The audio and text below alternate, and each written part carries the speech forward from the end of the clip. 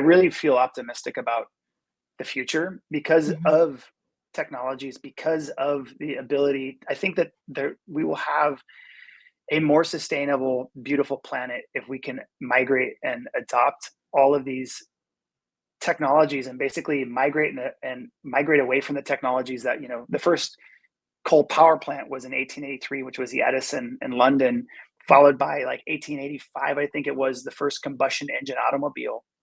That was a huge technology at the time. We now know it's terrible for our planet. Migrate away from that, but we just have to constantly progress and get better. But right now, it's about accelerating that and getting to a much cleaner planet as quickly as possible. Because if we don't, we will get to a point where we are at a point of no return, and we're right now at that point. I think where if we can't make decisions and as a planet come together to get away from the fossil fuel era and get into a renewably powered era, which is infinitely better for our planet, Mhm. then we're kind of up, shit's creek without a paddle type of thing. And so it's a scary time right now. Welcome to Care More, Be Better, a podcast for people like you who care about the social impact of conscious companies and everyday heroes.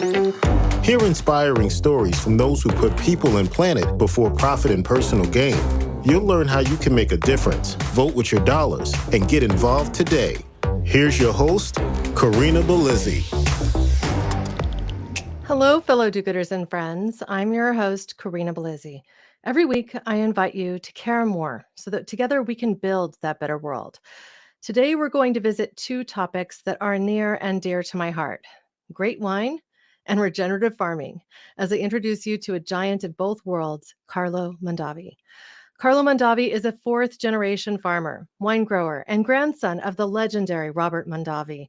He is also the co-founder and chief farming officer of Monarch tractor. This is the world's first fully electric, autonomous tractor, if you can picture that. The Monarch tractor offers a trifecta of electrification, automation, and data analysis, resulting in maximum value from a farmer's perspective. This helps them cut their carbon footprint, improve field safety, streamline farming operations, and increase their bottom lines. Now, I got the opportunity to meet Carlo in person at a press event that they hosted last week as I'm recording the show. Carlo Mondavi, welcome to the show. Hey, Karina, how are you? Good to be here. Yeah, so good to see you again.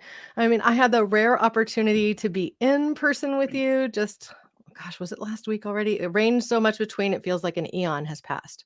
Yeah, no, we got two very, very much needed things for our planet, or for certainly California that day. We got those rains, which was just those incredible rains, which, this year we're in our third consecutive driest year since 1896. And then on top of that, we were able to deliver Monarch tractor to our first customer, which was Mm, very exciting, which means that It's been a big week. we'll be migrating away from the fossil fuel era of farming into the regenerative, renewable era of farming, which is very exciting. So thanks again for making it in the rain. Yeah, I have to tell you though, the strength of the last couple of storms that passed through my area had me thinking back to the CZU fire lightning complex, or the lightning complex that hit here in Santa Cruz County, because it was just so windy and so much downpour that I was brought back to that incredible thunderstorm that resulted in me being evacuated from my home for 10 days, fire loss in our local habitat, entire forest burning down. And I know this is something that you've also been through in wine country. So I Yeah, wanted to kind of start here and just talk about the need for us to address not only farming equipment, but what's really happening with the climate crisis and how it's impacting wine growing and farming in California. extreme weather has been terrifying. I think right now what we're seeing from a farming perspective, and just, my wife makes wine in Italy, so we've seen just different climate, but climate in excess, all sorts of just, when it's dry, it's extremely dry. The winds are extremely strong when it's windy. And so what we've seen, hail, for example, hail's been in Italy and Europe and, these wine regions for hundreds of years, but now the size of the hail is much more severe. So climate change is really starting to rear its ugly head, and it's terrifying. The 2017 wildfires were it was so surreal. I literally thought it was arson when it happened. Just how can you have so many fires in so many places at one time so quickly? It was so dry. It was so hot. It was so windy. It just seemed like if you were an arson, that would be the time to go out and just light fires. But it wasn't. Turned out it was not arson. That it was a whole bunch of things coming together to create just one of the most unbelievable and terrifying wildfires. And thought that was kind of like a once in a lifetime experience, that this was something that, okay, that year is behind us. For sure more severe because of climate change. The weather was for sure more difficult, but that won't happen again. And then in 2020, 2017 was the wildfires that happened. Then 2018, they weren't in Napa and Sonoma, but they were nearby. 2019, they came back again. And then 2020, they came right back to Napa, Sonoma, and this whole area. And those wildfires were much earlier, just as tragic, just as severe, if not more so. And even when the vines don't get impacted, the wine is undrinkable because the grapes end up having this really smoky hit to them, right? You just can't use them. Smoke taint's something that I think the world is just starting to understand. I mean, this year for the first time, there was wildfires in Bordeaux in France, where they get a significant amount of rain each year. So that just shows you how dry the weather is in between on these drought years, or in Australia. So the data is just coming around on kind of 4-ethyl glycol and what smoke taint means. It doesn't mean that they're undrinkable, but they have been changed, right? Because you have this wax on the outside of a grape that collects the kind of what we call the microflora. So that's like the resin from the flowers, the grasses, the trees, everything that we breathe. Those plants are essentially in the environment breathing that, and it sticks to this wax and creates the bloom, and that bloom ends up as a part of the wine. And so smoke taint, which actually is interesting, in wine barrels, they char the inside of barrels, and in that is 4-ethyl glycol, which is a compound that it's not wanted, it's not needed. In barrels, that's a different story. That's something that's a part of kind of seasoning the barrel. In the vineyard, in the winery, in the vineyard, it's something that is not desired because it's erasing the beautiful notes of the flowers and the trees and the environment in which the wines grew. And so it's not that it's not drinkable, it definitely alters it. So a lot of families during these tragic fires have just decided to discard the wine. The other side of it is that during these fires, it's impossible to get crews to go pick. It's too dangerous, just flat out. It's smoky, it's bad to breathe. And in many instances, the fires are surrounding the vineyard. So, harvest is essentially abandoned. And by the time people can get back in, they've lost that entire crop. So it's a combination of either crop loss due to not being able to harvest at the right time, or crop loss due to quality and people feeling that the smoke kind of inhibited its value, if you will. So yeah, and that's up to the individual wineries to make those judgment calls. Now, I've been aware of the Mondavi family and drinking wines with that label since really right after I was 21 years old. And this is kind of opening that door. I wanted to connect on this topic because we're talking about grape growing in one arena, right? And I think many people think Napa.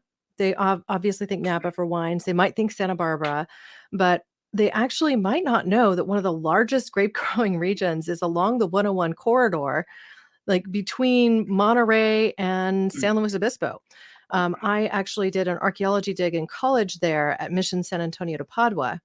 And because I was there, and I guess Cal Poly, some of the professors knew some people at Mondavi, they hosted a wine tasting at the dig. Awesome. And this is back in 1997. So when your family still ran it. And they brought out a sommelier who did a tasting with us, including, I believe it was a Frangelico. It was some sort of a fortified wine that I had no idea that you guys produced, but you were just kind of tasting it, testing it at that time, deciding whether to launch. And so I got to learn a little bit about the Mondavi history in this area and how how long you'd been involved in winemaking. And since then, have really followed a lot of what the family has done and how that has changed how we look at wines on a global scale. Even some winemakers choosing to source grapes from other regions around the world and create blends that can help them get over hurdles like this moment when you've lost your entire crop. So I understand that this has kind of changed the entire business of winemaking over the Oh course of yeah. the last few years, because if you have something catastrophic like this happen, I mean, it might have been something where in the past, a winery would say, oh, well, we just don't do that. It wouldn't be synonymous with our brand. But they might actually be in a point where they have to make a judgment call because they'll have no crop, they'll have no wine for that vintage at all. So, what do you think that this is doing to change the business of winemaking in Napa? Yeah, I think the biggest thing right now is for sure there's the little things that we need to do during the growing season to adjust, like our canopy to deal with hotter summers and drier weather, the vine row spacing, the direction, all these little things that we do kind of that are micro adjusting to the weather. That's something that farmers do. We in farming, I think the greatest way to describe a farmer is how quickly we can react and how accurately we can react to what's happening. Um, the biggest thing though, I think, is that we need to come to climate stability because our small reactions are, getting us through each year. But if we don't react to the bigger picture of what's happening on a global basis to our planet, then those small reactions will be meaningless because of the weather that's coming at us is so severe that it's impossible to continue to farm or really basically have a planet that is inhabitable to the beautiful biodiversity that's here right now. And so that's where, for me, the whole idea like of getting away from fossil fuel farming, getting into renewable farming. There's another big piece of the pie, and that is the chemicals that we use in agriculture today are incredibly carbon intensive in terms of they're really energy intensive to create. They're really bad for our soils. They're really bad for our planet's biodiversity, and they're really bad for us. And Mhm. so, And they get on the skins of the grapes and may not all wash away. I mean, if we're speaking about wine, but really it applies to all foods, right? Because they yeah, do spray chemicals and some of those residues rest on the plants or end up in the soil. And it doesn't all just wash away when you rinse it, right? yeah, yeah. And I mean, I think that's like the overall picture of what agriculture means to our planet. It's like greater than 20% of our planet's carbon footprint. It Isn't it inhabits. second only to industry? Yeah, it's really more like 30%, but I always try to say really conservative numbers. Like there's Yeah, like a well, 9 then you're 9 to including things 13. like transport and also the tractors, right? The emissions that they produce and things along those Yeah, that's lines. a huge piece of it. And tractors are diesel, so it's NOx particulate and CO2, so they're particularly dirty. Um, but no, it's a huge amount of our planet's carbon footprint. And then on top of it, agriculture covers greater than 50% of our planet's inhabitable land and uses 70% of our planet's water resources from a freshwater resource perspective. And so when you look at that, you see just whatever we do on our farms, because it covers so much vastness of our landscape, it ends up in our waterways, it ends up in our air, it ends up on our plate at dinner. So farmers are really the most, as farmers, we are the most, I think, important people on our planet. And back in 1900, half of the United States was in agriculture, half the United States was farmers. Now it's 1.8%. And so it's this moment where we really, as that kind of 1.8%, have to change the way that we're farming so that we can protect our planet, so that we can continue to farm in it. And one thing that I love about farming is that when you talk to the most conservative conventional farmer or the most, you know, kind of organic biodynamic permaculture farmer, and every farmer in between, they all care deeply about our planet. They all want to make a difference. They all care about their families and their dirt. And so when the conversation is presented about, making our planet better to them, they all want to do it. Then comes the problem of the economics. And this is something when I began the Monarch Challenge was hit with, which was that farming in a clean way before Monarch Tractor was economically, it was impossible. It was so much more expensive to farm in a more elegant, symbiotic way to Mother Nature than it was just to spray conventional systemic synthetic chemicals. And so And making the this has, transition from a yeah, more chemically, let's just say, traditional agriculture perspective, and then moving to a more regenerative practice, it can take a bit for you to start to realize the benefits of making that shift. But that also is an investment, just like yeah, any business. And it may be a leap of faith in some ways that these farmers are having to take, but they can see demonstrated successes at other farms taking hold. Like they might require less water. Each plant that they produce might actually grow more fruit or produce more food if they space them a little differently, and if they feed them water a little differently, and if they use different chemicals in the soil. So yeah. I know that this is a complex issue. I've seen this tractor in person. And I have to say, it was quite an experience to understand that the tractor could have its plotted um, course that it was going to take, and then Hmm. also have somebody stand in front of it and with a few hand signals ask it to pause or shift its direction Yeah. or do really anything to make it a functional tool in a way that I wouldn't have imagined before for something like a Hmm. tractor. And Yeah. so I really was hoping that as we dig into the subject and as people understand things like particulate matter from a tractor, which burns diesel, and I mean, its miles per gallon are going to be very low because it's doing heavy work, right? So you're burning a lot of diesel. Now you're not. And Now it's you've super gone. efficient, inefficient. Diesel is like 20% efficient. It's so inefficient in terms of its ability to convert to energy for the use of like a diesel engine. That's It's why we super get all that inefficient. super particulate black smoke, right? Because there's unburned elements within that too, correct? And you have to burn a significant amount of diesel to get that work done versus something like an electric engine, which is more like 90 to 95% efficient. So it's just, if you were to take, I think it's so much more efficient, electric energy, twice the torque, um, comparatively to diesel. But ultimately, even if it was less efficient, like diesel is, you're taking 300 million year old sunlight, that that energy that grew plants that then were buried and became what we know as fossil fuel. You're taking that 300 million year old carbon, digging it out, and you're burning it and adding it to our carbon total, our saturated areas right now with greenhouse gases. It's just not a path forward. So in it, even if it was less efficient to go electric in terms of just like, putting the foot on the throttle and accelerating ahead, it would still be the right direction to go. But the fact of the matter is that it's significantly more efficient. So the magnitude of like 90% efficient versus diesel being like 20% efficient. It's diesel engines being 20% efficient. It's just crazy. And there's also a misnomer, I think, that people oftentimes think, well, if you're hooking your electric tractor or your electric car up to a coal power plant, that you're not helping the planet. It's true. Renewable farming, using renewable energy to farm, is going to be significantly more beneficial than coal. But coal is actually more efficient than diesel tractors because Yeah. they're like Lesser of 60% evils. efficient. They're Right. 60% efficient in converting energy versus 20% efficient on diesel and all the refining and all that.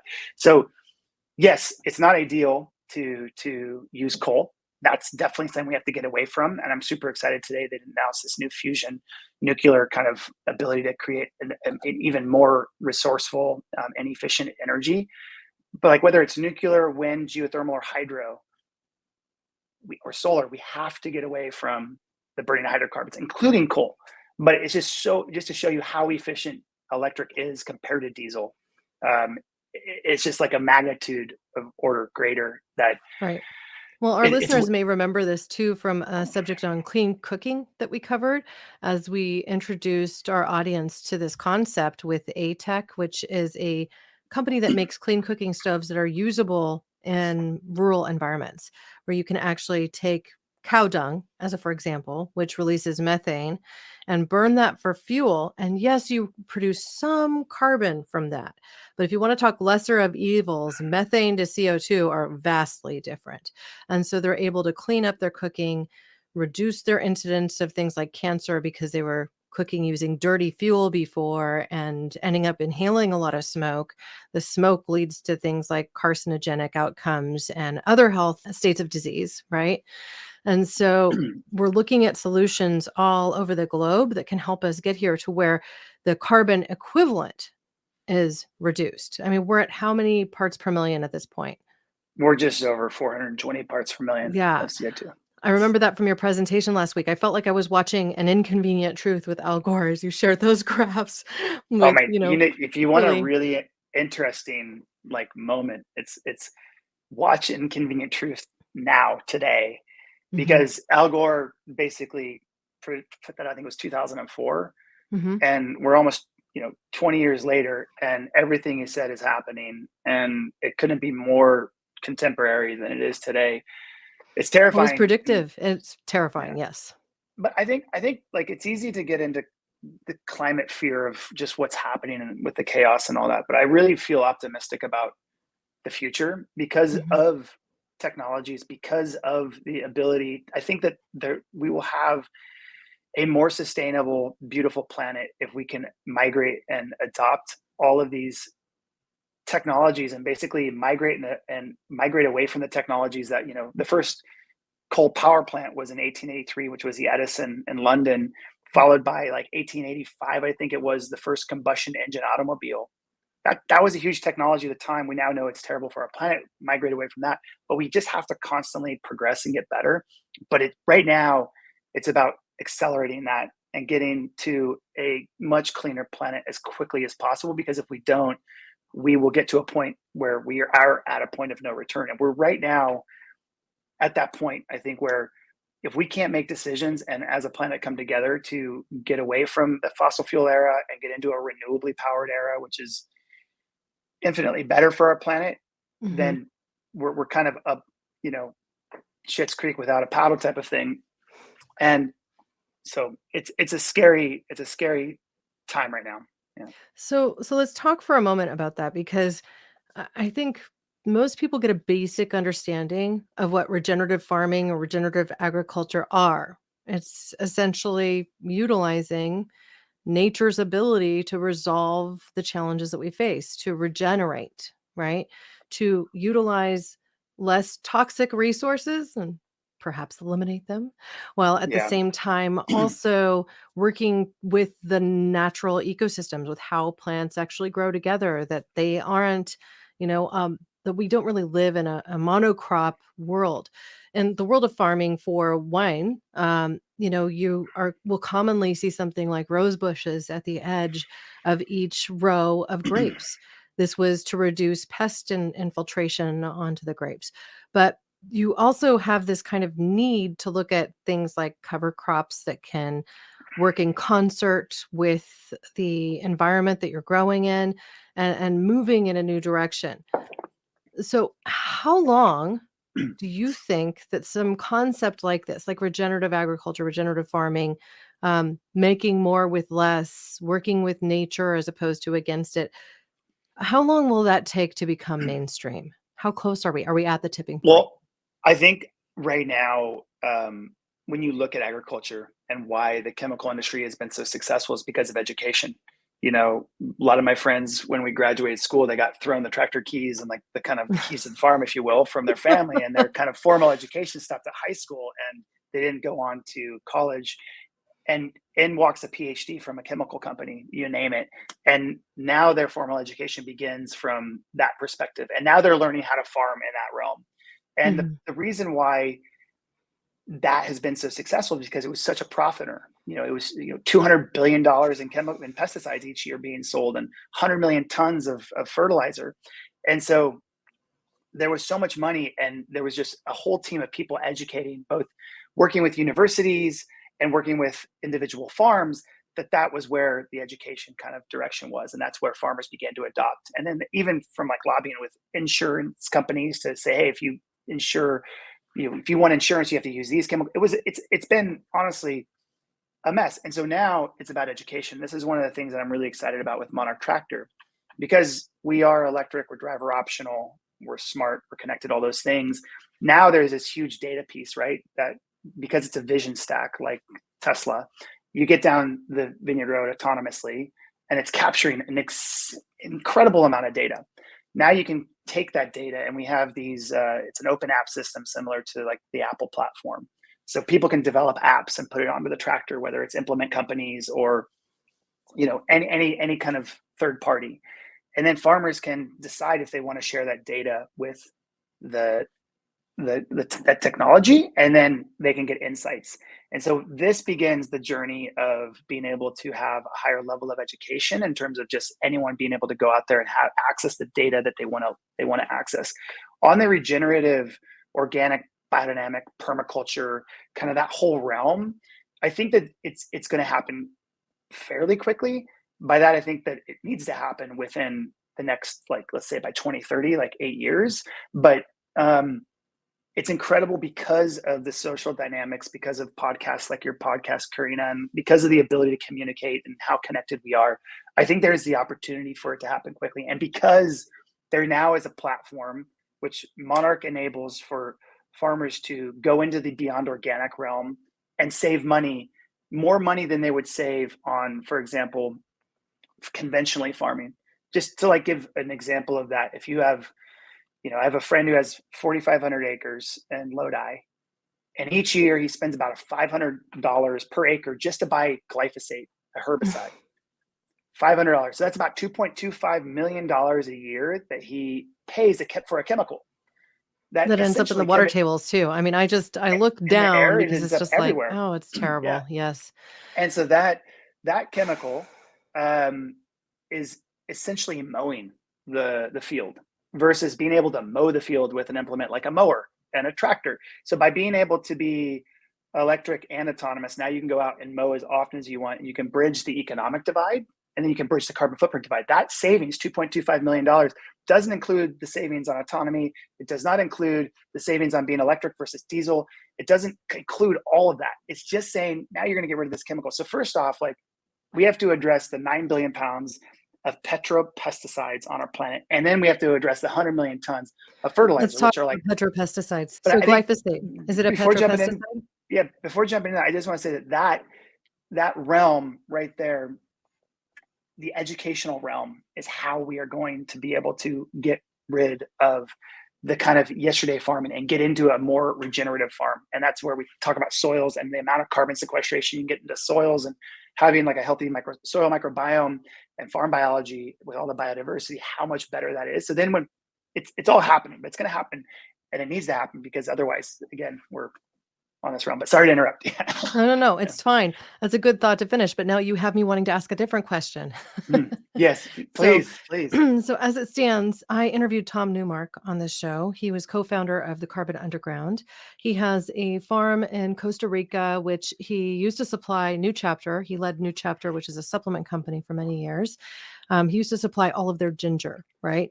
And he was using all these biodynamic growing conditions, had, animals grazing underfoot, was really working to sequester the carbon, and was operating from this perspective that they were doing better. They must be doing better than other organic farmers in the area. And then he tested the soil, and he found that their carbon sequestration was actually not nearly as good as he thought it would, and that the carbon in the soil of the forest that was just budding his property was 10 times better. And I might be remembering that number incorrectly, but it was so much better that he was like, I could obviously be doing better. There's something that's missing, right? Like, there's another way to do this. Yeah. And it had to do with tilling, right? It was 100% tilling. And so as we get to this new era where we're saying we can get tractors that have attachments that, instead of having a traditional plow behind them where they're just raking the soil from one end of the plot to the next, where they can kind of cut in through the grasses and plant seeds in that way instead. I mean, until I saw a video of this, I had a very hard time understanding what was meant by it. But I enjoyed this simple video called Kiss the Ground. I actually ended up interviewing John Roulek on my other podcast, Nutrition Without Compromise. He funded Kiss the Ground, so he was the executive producer behind it. And those guys were at the launch. They're a great team. Yeah. Oh, I can't believe I didn't get to meet them. Yeah, good people. Well, perhaps you can make another introduction. But at the same time, just kind of helping people visualize this, because as Paul Hawkins said to me on this podcast over a year ago when I interviewed him, he said, Earth does not want to be bare. And I think we all kind of intrinsically understand this when we have our gardens and there's these unwanted weeds who show up. Often they show up as an indicator that, you might not have enough nitrogen in your soil. So now this nitrogen fixing weed shows up in your garden and seems to thrive. And then suddenly you see something else grow up. Well, we instinctually just want to remove the unwanted and only, have the thing that we want. But this method of farming and of agriculture may actually be harming us more than helping us. So I guess what I'm getting to here is you've got this beautiful tractor. It's Mm. eco-friendly. It's doing its job with less resources. It doesn't emit a truckload of noxious chemicals. It could also be used in more of this conventional farming way, right? Like a conventional farmer could utilize this tool and continue to till their soil and continue to spray noxious chemicals and could Yep. continue to use glyphosate and not be part of that solution. And So they'll spend a lot more money doing it. yes, so They so will they how do will you be see? that they will be the 45% of farmers in America that are not profitable versus the people that get away from those chemicals, don't have to buy those inputs and go down the route that it's it's pretty crazy when you just say to a farmer, look, what if I could save you X dollars on these chemicals? They'd be like, please tell me how. It's all about education.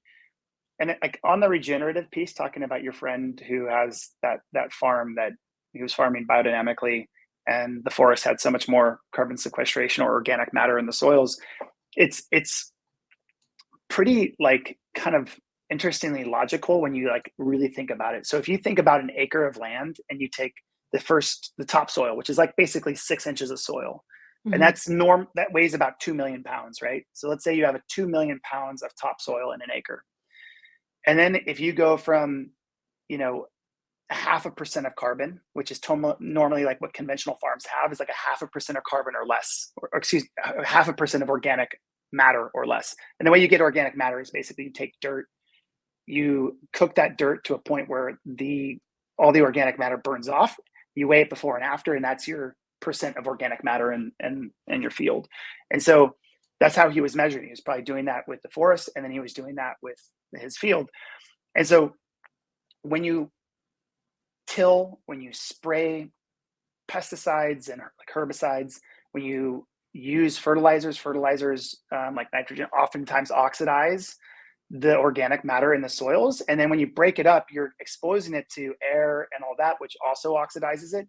And so you're losing your organic matter. And when you look at it from a magnitude of like a 0.5% or less organic matter in the soils, it's essentially dead. And then when the rains come, it sweeps that all away. When you look at, there's a couple things. When you look at like for every percent of organic matter in your soil, that's how much rain it can take in a very quick order of time, right? So 0.5%, a half an inch comes, it's pulling soil away. It's not absorbing, it's washing it away. It's erosion. When you get into like really beautifully no-till farms with, 3%, 4%, 5%, 6% organic matter in the soils, you're talking about if you have 5%, it's 100,000 pounds of organic matter you have in your soil versus at, a 0.5%, it's 10,000 pounds. When you take a place like California, where you have 100 million acres of land total, and 43 of those million acres are agricultural. And if you were to say, okay, don't use these pesticides like herbicides, don't use these fertilizers or use them very sparingly, Mhm. don't till. And we can go from a 0.5% of organic matter to, let's call it 5% organic matter. You're talking about trillions and trillions of pounds, like 4 trillion pounds of organic matter that you've created. And that leads to nutrient dense foods. That leads to healthier, more nutritious farms and foods. It leads to greater carbon sequestration and real carbon sequestration, because you can get that very quickly, but then you till it and you release it.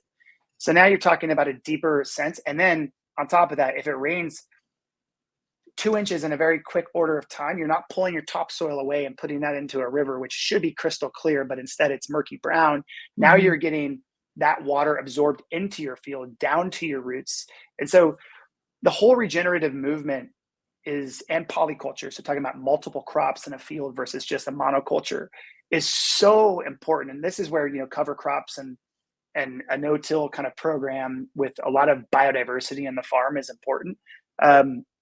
But there's a climate side to it. There's a overall farm health side to it. There's a nutrient density side to it. There's just all these things. And then there's a cost saving side to it when you get rid of those chemicals, which is important. And this is what, Monarch unlocks. This is why Monarch can become a major competitor in the education of the right path forward. Whereas like before, the education was sell more chemicals because I'm Monsanto or Dow or Syngenta. I'm going to sell more chemicals, right? That's my goal. Mhm. Today, that's what my objective is. For Monarch, it's like, how can we save farmers? And saving farmers, one way to save farmers is by selling less chemicals. Right. So it's the objective completely changes, and the whole entire shift allows for, I think, a world of what is best for Mother Nature versus what is best for the company. So that's the whole idea is how do we make what's best for planet Earth economically superior to anything else? And that's something that we've, in our kind of founding documents with my co-founders and our team. And that's why we've been able to inspire such an incredible team to come from aerospace and on-road and all that to help address this kind of agricultural universe. Is this idea of how we're going to protect our planet going forward. And that's at the core of what we're doing. Whereas at the core of, like, I think the last 50 years of farming has been really about how do we sell more chemicals? How do we kind of, squeeze more out of our land without looking at what the actual effect was? What's the actual cost? Not the cost, but the actual cost of Mother Earth right now. And so I think there's an exciting future on all that. But the carbon piece, what you talked about, and is so true. I love Paul Hawkins. Yeah, we have to have covered soil, which is so Yeah. true. Doesn't like to be naked. Yeah, So doesn't like to be naked. as Yeah. it stands, I think you're bringing together a couple of subjects that are, I think, critically important to both the success of the movement and how Monarch lays into that. Um, because as you look at this tractor, it's but one piece in a much bigger puzzle that is farming, and that is autonomous vehicles, and that is a technological approach to climate challenges, technological approach solution, right? Mm. So I know that the applications of this technology could go far beyond just farming. And I don't want to say just farming, but could be applied in other arenas.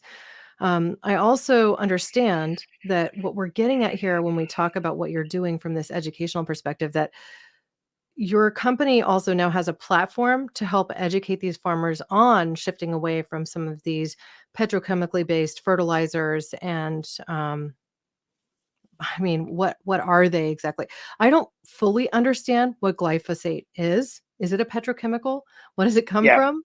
it I is. mean, It's based off of basically dehydrated fossil fuel molecules, hmm, and that's what most of, like, I'd say, of the 9 billion pounds of pesticides sprayed on Mother Earth each year, that it's like 98, 99% of those are petrol based. And so it's a pretty, I mean, look, before World War I and World War II, I think the first time that we were able to fix nitrogen was like in the 1860s out of Germany. They were the first mhm, ones to fix nitrogen, but it was so energy intensive to create nitrogen that it didn't make sense for farmers to be able to use it. It didn't make sense for, industry to use it. But then World War I happened and World War II, and then the potassium nitrate bomb came along, and all of a sudden it was like huge factories were spun up to fix nitrogen to create these bombs for war. After the war, they were all there, and all of a sudden it was like, well, now what can we do with this? And that was when, because all of a sudden it was commoditized, it became economically available and kind of farmer frugal, if you will, to be able to buy that as a farmer and use it in lieu of having to, turn your crops to have nitrogen fixers and depleters, et cetera. Before, the only way you could fix nitrogen in the soils was literally through the root, through photosynthesis, pulling nitrogen out of the air, fixing it in the soils. So there was nitrogen fixers, and then there's nitrogen depleters. And so after this, it was like, well, we don't need to turn crops anymore. We don't need to rotate crops. We can just plant what we need to plant, what we want to plant, and we can augment it with chemistry. And so this is where the Green Revolution began, which is called the Green Revolution, which just allowed for, farmers to really industrialize farming and become more monoculture-esque and focus on, okay, I'm going to do corn. I don't need to rotate and have legumes and to fix and the soy, et cetera. I can just literally crank through. And this began the era that we're talking about now. And with that, so much research, billions and billions of dollars were invested into agri-technologies like in the chemical sector. And that's where things like spun out different very dangerous herbicides. And eventually they got to glyphosate, which, in theory was a very clean herbicide compared to a lot of the other ones. But my stance is that all herbicides are bad. I'm not this person who says Roundup is the only bad one, glyphosate's the only bad one. They're all bad because essentially, first off, they're just chemically mowing. And I've gotten in trouble for saying that this means that we're being lazy as farmers.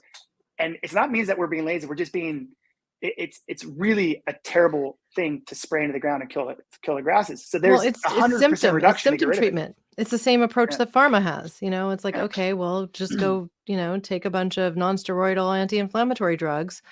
Who cares what it does to your guts or your heart health or anything else long term? You just want to kill the pain, right? Yeah. It's the same thing. You're treating the symptom as opposed to the cause, and you're not working with nature at all. So isn't it kind of funny that one of the largest pharmaceutical companies is also one of the largest chemical companies. And so when you think about that, no, that's Bayer. Bayer, okay, right. Bayer. Dow is quite Bayer. Yeah, Bayer is big as well. I mean, Dow is big as well. They're all quite large. But when you think about like, okay, we're going to do this in our food systems, and then don't worry, we have got pharmaceuticals to deal with the challenges, the problems that come from it, the health impact that comes from. It feels like a very dark film, and it really kind of it is. But the good news is, I think that we're smarter than that as a human species, and that we've gone as far as we can go, and we've learned that this is not, just think about this. Since 1974, since the introduction of Roundup, glyphosate, as the flag in the ground for really when chemicals got sprayed directly into our food ecosystem, right? And really not until like 98, 99 with like the GMO resistant corn and soy that could take a herbicide hit without killing that plant. But let's put that 74 as the flag in the ground.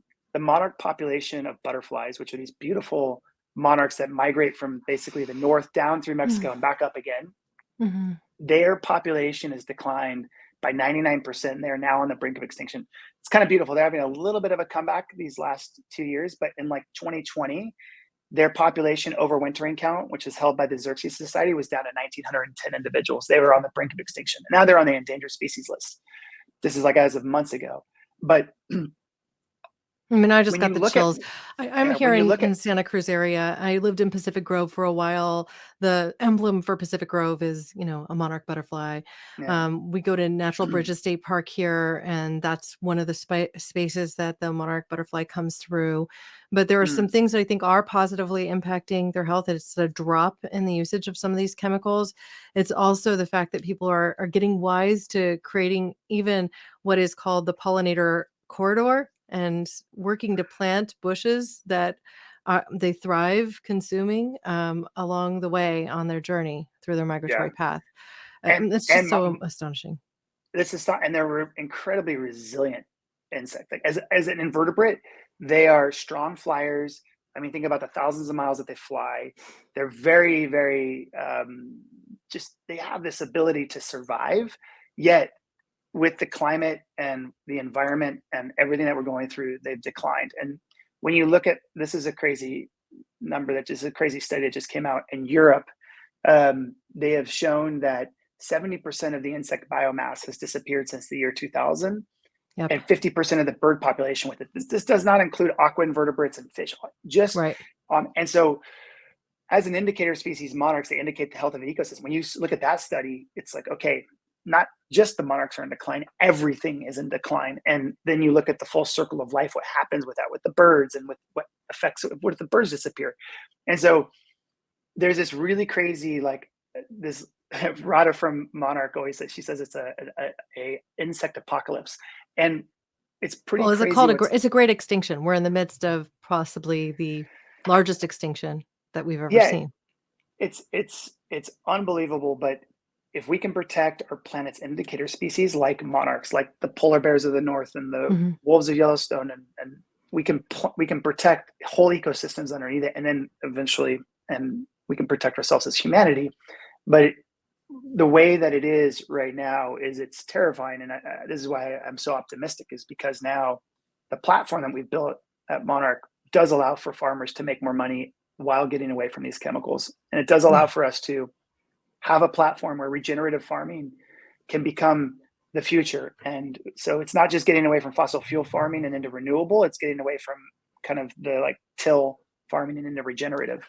So it's Till farming and monocrop farming. I think many people of my age, I'm in my mid 40s, and I just grew up understanding crop rotation was the norm of conventional farming. This is what everybody was doing, right? However, I live in Santa Cruz County and I drive the coast of Monterey. I don't know how many times over the course of the last 20 something years. And it's like, this is where artichokes are always grown. This is where strawberries are always grown. This is where raspberries are always grown. It really is a monocropped world here. Like, I have not seen really any farms aside from a few small CSA leaning farms that are actually integrating multiple crops into a small area and that are actually using no-till operations and things along these lines. So it feels like in a community like Santa Cruz, where people want to eat organic, where we understand, or at least are starting to understand, regenerative farming, like we'd be further along down the line than we are. And yeah. so I But and applaud that your position here to like really work to push this, because I think we need it to happen a lot faster than it is. yeah, I totally agree. And I think that when you look at, you know, these kind of monoculture farms, if they can just take, basically, first off, they get rid of the chemicals. This is very important. But Mhm. then after all the chemicals are gone, if you can take just 25% of that kind of space and have that be a pollinator garden, so like all sorts of biodiversity, you can actually continue on in this kind of monoculture way, where the farm has a singular focus. And by the way, I mean, if you get away from fossil fuel farming, you can get into renewable energy farming too. So now you're farming, let's call it strawberries. You have your 25% of the farm is a kind of a pollinator friendly garden, or land dedicated towards being for pollinators and biodiversity. And then you get away from fossil fuel and all that. You can create a farm that can be kind of singular in its focus, but still not be beneficial to the planet. It's the same with when you look at, well, I really believe in polyculture. So I do believe in multiple things in farming, whether it's livestock, I think can be carbon positive and not negative. I think that there's all sorts of things that can be really, really done. We just have to rethink it, and it's all been rethought. There's roadmaps for any farming sector that you can follow that will We just be have to do the pollinator work. friendly. It'll be, yeah, friendly to the Yeah. soils and the water table. It'll be, so right now it's really about education, and then it's about speed and scale, because it's a lot of land. I mean, when I say 50% of the inhabitable land, it's like half of India, half of Europe, half of America. It's a significant amount of land that is dedicated towards agriculture. So we've got to move quick. And I Yeah. was happy to see that it was talked at COP27 this year a bit, versus it's always been about, like you kind of alluded to, like industry and like transportation. And Mhm. it's like, hey, agriculture is what we eat every single night when we go home for dinner. It's what we have at lunch. It all comes from farming, and it all has a carbon footprint. And so this is as big, if not, well, they're all big. There's not one you can't choose right now in the future. We have to progress in all of these segments. Yep. And to your point too, this type of food that's grown this way, it tastes better, right? And Yeah. perhaps not to your point, but to the point of Alice Waters, who was the restaurateur of Chez Panisse in Berkeley. She came to your Is event. it's I her should say baby. is. It's her Yes, baby. yes, Yes. yeah. I thought she'd retired. So Oh, no way. That perhaps girl is never. she's just getting started. You try to get on her schedule. Let me tell you, Alice Waters is one of my heroes. the way that she's able to connect food to the farm, I mean, she basically wrote the farm to table movement. She's been talking Right. about regenerative farming, she told me, for 60 years now. And now she's working with the government to try to make sure that every family, every child in school can have an organic meal, that it's not, that they can have a healthy, nutritious meal. And the perfect, like, nutrition, like, we've all bitten into an apple and you're kind of like, there's no flavor, It's versus mealy. biting, Yeah. that's the soils. And it's she's an incredible human. Yeah, I think she used the example of just finding a carrot that tasted so much better when she was in France, and then Yeah, wanting to bring that reality back here. So I yeah, just think that's phenomenal. I think the work that you're doing is really important. I did want to ask you one more question. So you obviously have high hopes and a big dream when it comes to Monarch tractors and what you can do as it is within the space of the wine industry and beyond. And I heard you tell, or rather, I heard Constellation Brands, president of Wine and Spirits Division, tell the story. And that was Robert Hansen, I believe his name is, right? He told the yep, story of how you came to him with this concept early on. Um, I know that they are the owner now of Robert Mondavi Wines, your family's wines, as well as, of course, many other brands, including plenty of spirits and beers that I didn't even know they were involved in. I had to yeah. do a little scrub of their website. I was like, They're the oh, they have that brand and that largest brand. drinks company in the world. Yeah, they're huge. Wow. Yeah. So, he shared this story. So I wanted to hear from your perspective how you got this from pipe dream through to that first committed, at least indicator, and then to today, where you Yeah. have these incredible founders, you have the facility in Livermore, and you've got your first fully autonomous electric vehicles, Yeah, tractors. it's been a journey. It's been 4 years now, and I'm a farmer and a winemaker first. That's where my heart and soul is. And when I saw what was happening to our planet, and not just here in Napa and Sonoma, but when I travel abroad to wine regions, and I knew that if we could just create awareness that about, like, these dangerous chemicals and what was happening, that for sure we migrate away. That wasn't the case. That was how I got the introduction of a lifetime to my co-founders. So Mark, Praveen, and Zachary are properly brilliant, brilliant, brilliant. And when you look at what we've been able to create in 4 years' time, it's a real testament to them, because these are three of the smartest guys. They could have gone off into aerospace. They were in aerospace and on road. They were doing all sorts of technology challenges and just incredible things. And they said, this is where we want to spend our time. And I think the reason why they saw it is that they saw it not just for vineyards, but they saw it for the whole entire food ecosystem, for fruits and vegetables, for orchards, et cetera.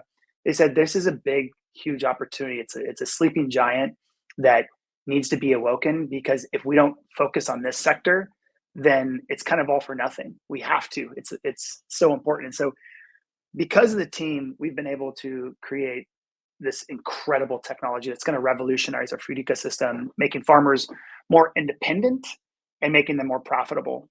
And kind of coming full circle to being able to see Constellation buy the first, founder series tractors, and it's been amazing. We knew that in order for our company to be successful, that it had to have massive impact, and in order to have massive impact, we have to have the big, large global companies that are at scale be able to adopt the technology.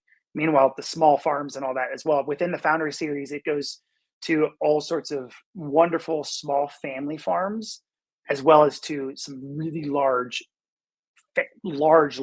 corporations that can make major impact. And so it was, for me, that day was massive. And to hear Robert talk about that and the vision for Constellation, because these are the companies leading our planet's charge. Like, if I decide to go, and I am, Rain, the winery my brother and I make, is regeneratively, we're a permaculture first, and then we use biodynamics and regenerative farming practices. We're a no-till farm and well beyond organic, but we're 18 and a half acres. So the impact that we can do is nominal. Not to say that all the small family farms are the ones making the small little adjustable kind of progress forward into a beautiful farming landscape. But when you look at the consolidation of small, medium, and large farms, what's happening today on our planet around the world, not just in the United States, but in Europe and in Asia, in order for that to happen, the large corporations have to step up. And so that was one of the reasons why I was so particularly happy that, Constellation Brands, they've come out and saying this is something that we're dedicated to and whatnot. And so, but it was an exciting day. And well, it's been a granted, journey. you had the connection because they had procured Robert Mondavi wines, right? But the reality It wasn't that. I wouldn't just want to say that it's not been exactly like the most peachy connection as well. So like my family didn't want to sell Robert Mondavi Winery. It was kind of an unfortunate series of events. When we sold, there was the companies that were bidding for it because we were publicly traded. And so, after Sarbanes-Oxley, all public companies are essentially perpetually for sale if you can write a big enough check that will get the shareholder votes to vote over for you. Mm-hmm. So because of SOX compliancy, you're perpetually for sale essentially. And so we did, it was not a great beginning, right? The good news is that when we began Monarch and we began this talk, all the large corporations wanted to have a seat at the table and talk about this because this is something that they all care about. And Constellation, it was not a correlation to my family's history with them. It was not a correlation, but it certainly is a very touching element that they also, the first tractors are going to be on parcels of land that my family was once upon a time involved with. But yeah, it was not. That can feel very full circle there. I mean, the reality is your name comes with a certain amount of weight in that industry because of that history. And the fact that you were able to get a conglomerate as large as Constellation, I mean, they have Cook's Champagne, I believe, is among them, right? Like this is sparkling wine that you'll find on every shelf across the world. If you look at the other brands that they manage, I mean, it's huge. And so the fact that you could make this introduction happen and that they'd come in so early, I mean, it could mean huge things beyond the scope of the wineries that they manage that might even be within California to other countries around the globe and really just kind of be that tipping point in a way for a movement to gain more traction and for us to build more change. And I say us because as a consumer of wine, I'm part of that. No, it affects us all. And I think that's where agriculture, I mean, that's why I say farmers are the most important people on the planet. And it's been incredible. And it's a testament to my co-founders and their ability to just create incredible technology and our team. And we're now close to 300 people. So we have an incredibly brilliant team to create something that can, win over the eyes of some of the largest, most sophisticated corporate companies on the planet. So it's been a good journey. And I'm also equally as proud that the small family farms that are near and dear to all of us to making kind of our communities what they are have also signed up. So I think that in order for us to be successful as a planet and to be able to thrive forward, that we need to all adopt. And I think the hardest ones to get to adopt can be equally the small family farms and equally the large corporations. So it's been a journey, though. I have to say that none of this happens without the incredible ingenuity and brilliance of the team that we have. It's an incredible special team. So you're uniquely here in Northern California, where there's a lot of people working in the electric vehicle space. But the first that I know of in the tractor space, you have Tesla, you have Monarch, you have Joby Aviation here in Santa Cruz County. My husband actually works for them. So he's in the eVTOL, electric vertical takeoff and landing, right? Like I know those guys. For. Yeah. So I imagine that you have built interesting connections to each of these companies. Are there any collaborations that you're at liberty to share? We have a bunch of collaborations on the implement side. So everything from mowers and under the vine weeders and all the implements that we have and kind of our agricultural ecosystem right now that we use every day on farms. So we have collaborations with several implement companies to not just connect up to their implements they have today, but build more efficient and intelligent implements for the farms of tomorrow. this is something that Monarch is unlocking and enabling. Of course, it hooks up to all the implements today, but now we can do more going forward. On the app side, on the future of energy grid technology. So say a farmer comes to us and says, hey, I really like what you guys are doing. I now want to get into renewable energy. So we have partners with solar companies, with a new really cool company called Aeromine, which is this basic, it's like a wind turbine, but it's about 10 feet by 10 feet. And instead of having a big kind of blade, it's like a Dyson hair blower. It's like a hollow thing that takes wind and creates like 5 kilowatt hours of energy just off of a 10 by 10 foot little square. And so we have the renewable connections on all of our partnerships. And then we have the inverter partnerships where basically we can marry that renewable energy to an inverter that can marry to our tractor, which can store that energy. And then, so imagine in the daytime, energy prices are quite low because there's all the sun and everything's happening. When the sun sets, energy prices spike because now there's no solar available. So if you have 10 Monarch tractors, you have a megawatt. That's essentially a microgrid.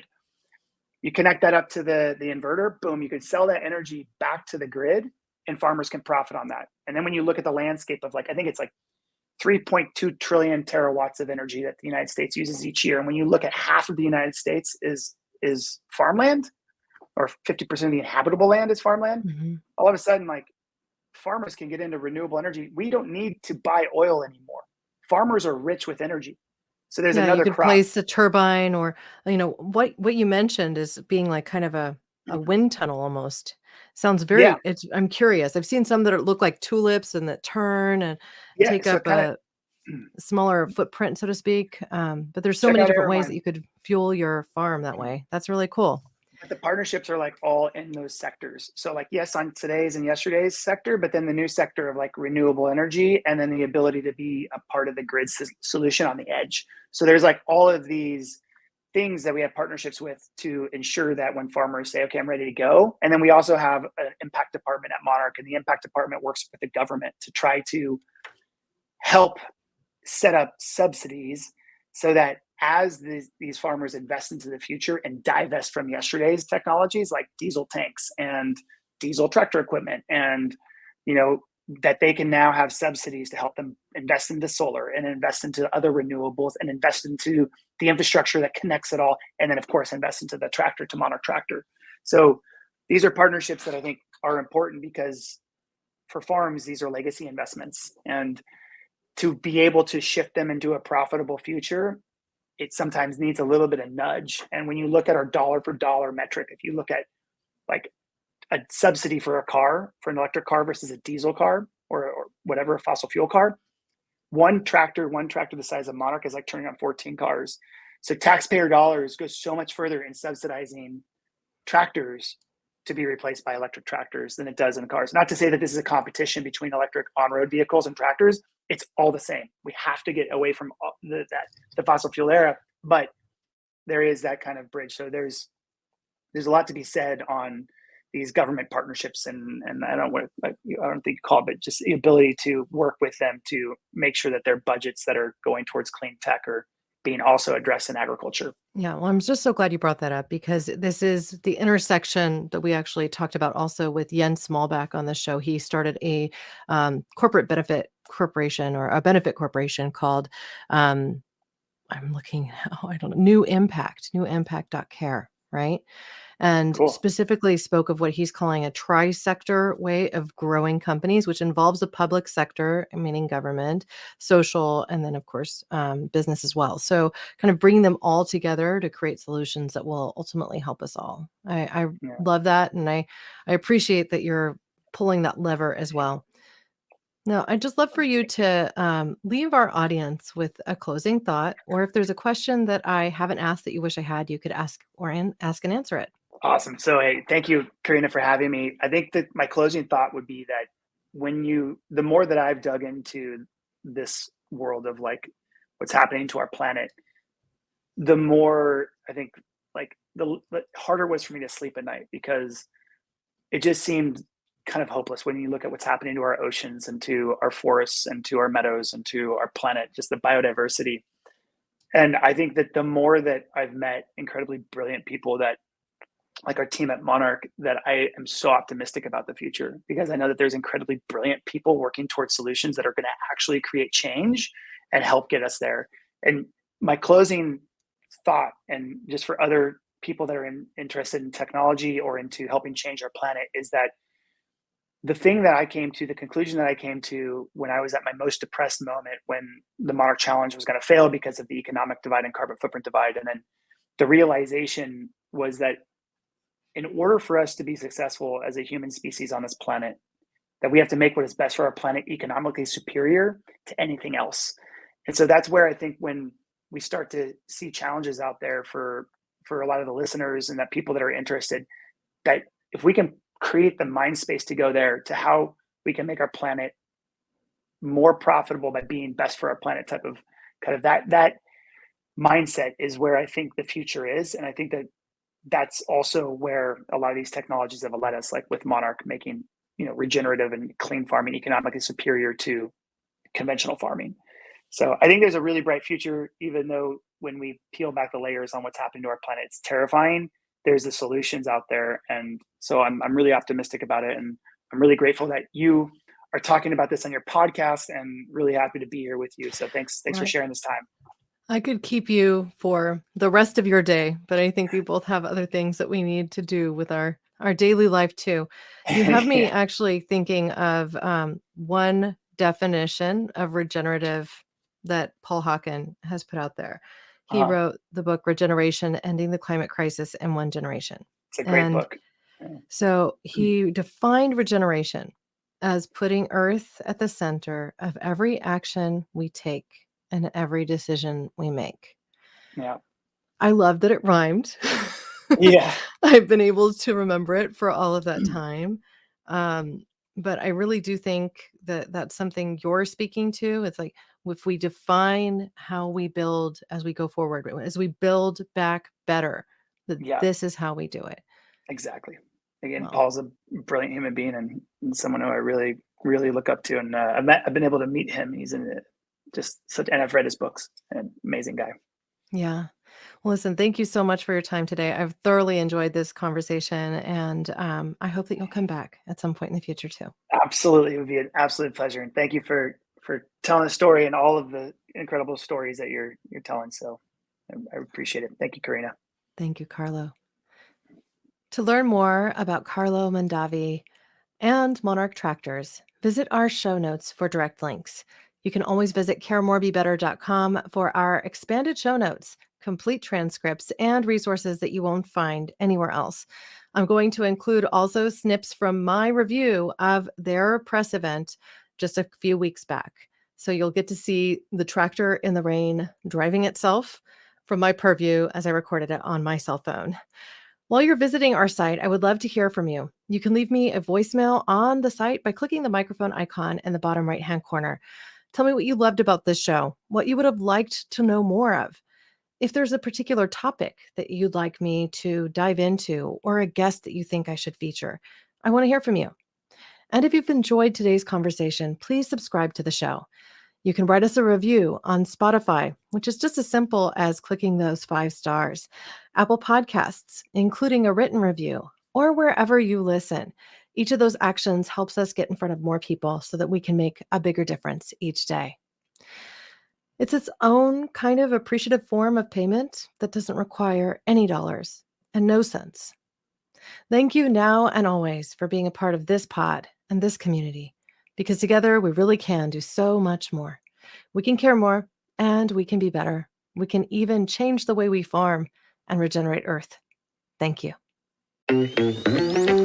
Thanks for listening to Care More, Be Better, a podcast for social good.